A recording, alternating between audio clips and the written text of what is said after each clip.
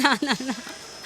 ভাইরালের যুগের মধ্যে এখন নাই। আমি তো এখন ফেসবুক, ইউটিউব খুললেই দেখা যায় যে এ ভাইরাল, ও ভাইরাল। তো এই জিনিসটা না আমার কাছে আমি আসলে কিভাবে বলবো পজিটিভ নাকি নেগেটিভ? ডেফিনিটলি আমার কাছে মনে হয় যে ভালো জিনিস ভাইরাল হলে আরও ভালো লাগতো। কিন্তু ভালোর থেকে দেখতেছি খারাপের সংখ্যাটা বেশি। আসলে দর্শকের টেস্ট চেঞ্জ হয়ে গেছে নাকি কি হচ্ছে আসলে বুঝতে পারছি না।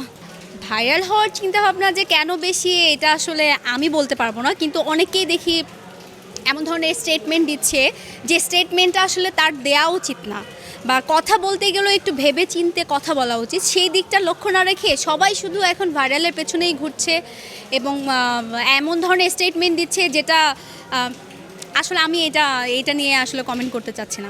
আমার কাছে এটা খুবই ইরিটেটিং লাগে যে একটু কথা বলতে গেলেও ভেবেচিন্তে আমাদের কথা বলা উচিত, একটু সভ্য হওয়া উচিত। ডেফিনেটলি এখন সিনেমা অনেক ভালো হচ্ছে। আমাদের যে একটা খারাপ অবস্থান যাচ্ছিল সিনেমার, সেই দিকটা এখন চেঞ্জ হয়ে গেছে।